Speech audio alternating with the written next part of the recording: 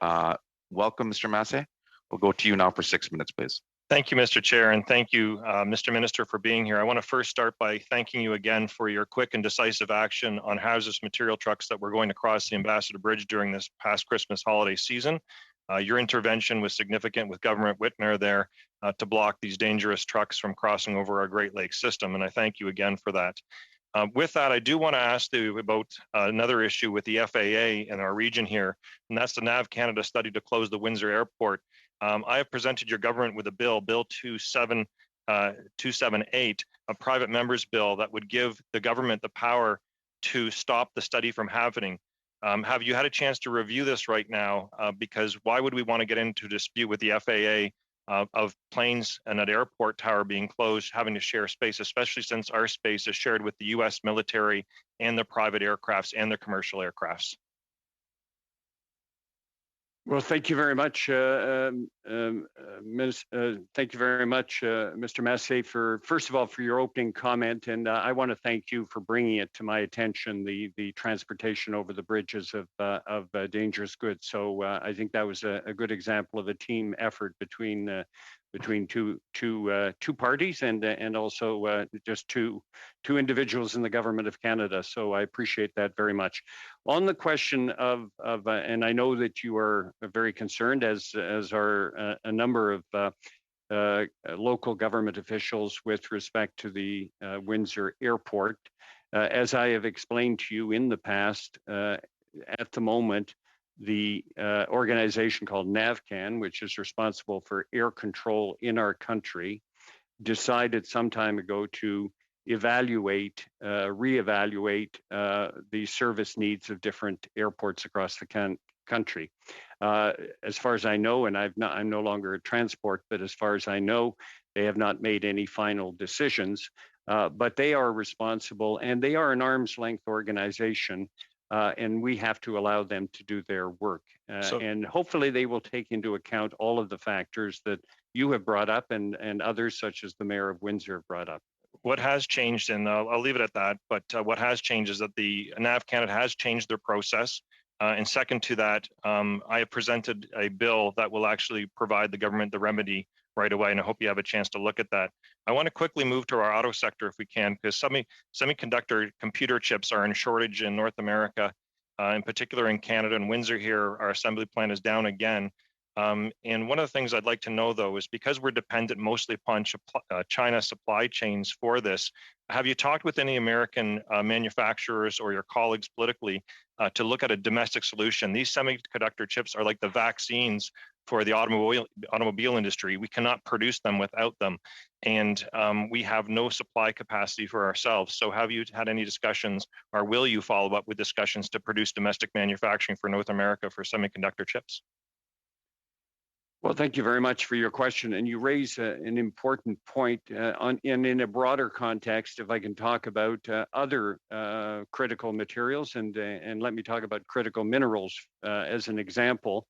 That will be very, very important in the transition towards electric vehicles, and that are also used in a lot of electronic products. And those are certainly considerations that I know that both Canada and the Biden administration are looking at very carefully, because as you point out, they're critical elements in the supply chain.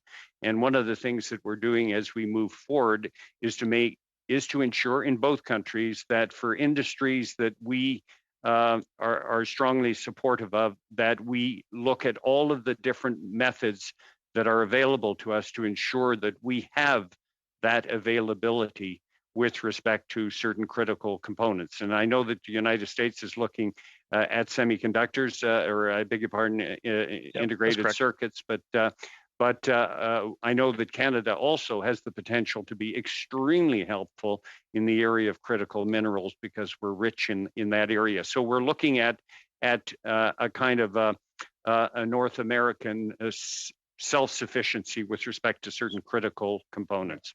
Yeah, and I would suggest that batteries shouldn't be alone, and semiconductor chips should be part of that, because we are dependent upon that entire infrastructure. I want to move quickly to a proposal by the Wilson Center to have a border task force to deal with health-related issues of COVID-19 and building back our two countries. As this being considered by the government right now, similar to the issues over COVID, is that we have, the Canadian Association for Mold Makers who cannot get workers across the border properly. Your order in council that you were part of didn't accommodate for those types of employees, and we also have personal families that can't get reunited. Could you make a commitment today to actually having a border task force created, as many businesses, including the Association for Canadian Business Council, have advocated for? Because there's so many issues under that, and it's something that's going to take ongoing operations. Is that something the government is considering? So what I will say, because I sit on the COVID committee, is that we are constantly evaluating border policy. And it's probably fair to say that the number one driver is the health and safety of Canadians in making any decisions. Having said that, the situation is gradually changing, and we are very, very sensitive to the need to recover our economies. And we are looking at the process of fine-tuning so that we, in some cases, will examine whether certain classes of workers need to have access across the border that aren't on the original list of essential workers. Those are the kinds of things that we're looking at as we move forward, and also improve our processes with respect to getting people checked before they cross the border, getting people checked after they cross the border, refining our quarantine regulations. Those are all things that are dynamically being examined at the moment by all the relevant people. And we are talking to the stakeholders, and they're certainly talking to us, especially from industry and also from the United States, where some groups want to reopen the border more quickly. But we have to always bear in mind that the number one consideration is the health and safety of Canadians, and they have to. No doubt. There's no doubt, but I guess I'm looking for is a formal task force commitment that we used to have before with the Manly Ridge Accord and others, where we actually actively worked on untangling border issues on a regular basis with not just the government, but with the private sector, the public sector, and so forth.